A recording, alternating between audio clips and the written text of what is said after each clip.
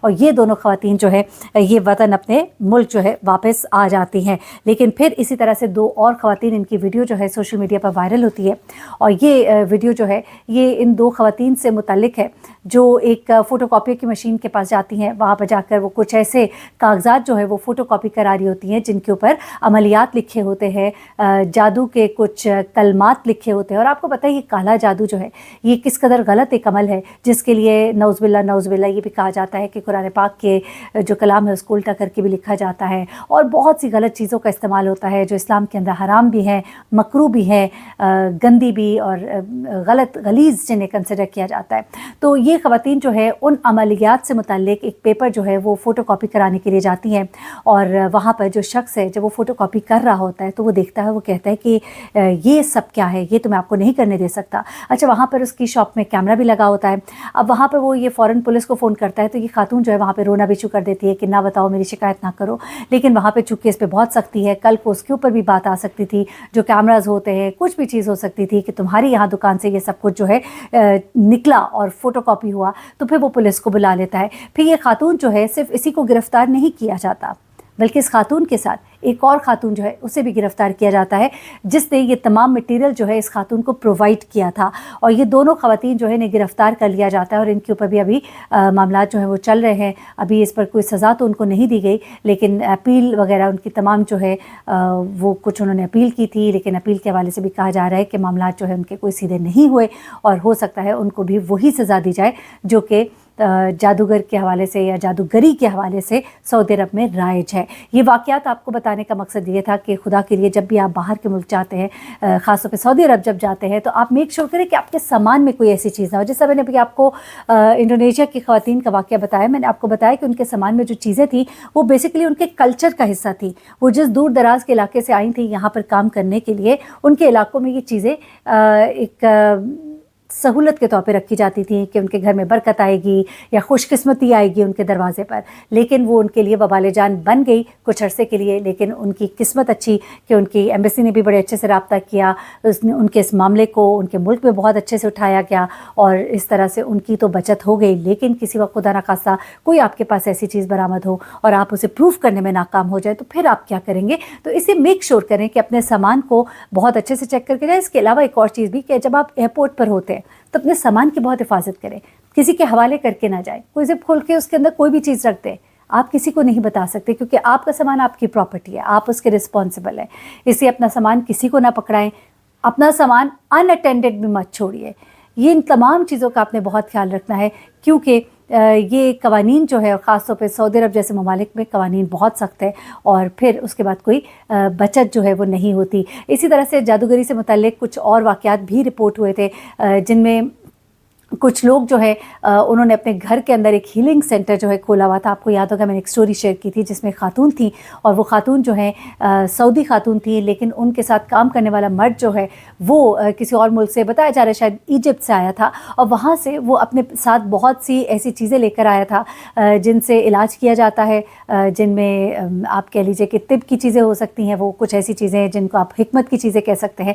لیکن ساتھ ہی ساتھ کچھ چیزیں اور بھی برآمد ہوئیں. اس کیس میں جب آگے بڑھے تو دیکھا کہ صرف یہی معاملہ نہیں تھا کہ وہ یہ پریکٹس کرا تھا, اس طرح کی پریکٹس کی بھی اجازت نہیں ہے, حکمت کی اجازت نہیں ہے جب تک کہ آپ کے پاس سرٹیفکیٹ نہ ہو, اجازت نامہ نہ ہو. تو اس پر تو اسے گرفتار کیا گیا, لیکن پھر ان کے پاس سے کچھ چیزیں ایسی بھی برآمد ہوتی ہیں جنہیں آپ جادو کے زمرے میں لاتے ہیں, جس طرح کالے دھاگے, سوئیاں, پتلے, اس طرح کی کچھ چیزیں. اب I am not exactly sure کہ پتلے بھی ملے تھے کہ نہیں, لیکن کہا یہ جا رہا ہے کچھ اس طرح کی چیزیں ملی تھیں. اور اب ان کے اوپر صرف یہی نہیں کہ انلیگلی وہاں پہ وہ پریکٹس کر رہے تھے حکمت کو, بلکہ ساتھ ہی ساتھ جادوگری کی پریکٹس اور جادوگری کرنا, اس سے متعلق بھی اب ان کے اوپر اگر تو چارجز لگ جاتے ہیں تو پھر ان کے لیے بھی بہت مشکلات ہو جائیں گی. اور یہاں پر سیدھا سیدھا قانون ہے سر قلم کرنا. اپنا بہت خیال رکھیے گا, ویڈیو کو شیئر کیجیے گا تاکہ لوگ جو ہے اس سے آگاہ ہوں. اللہ حافظ.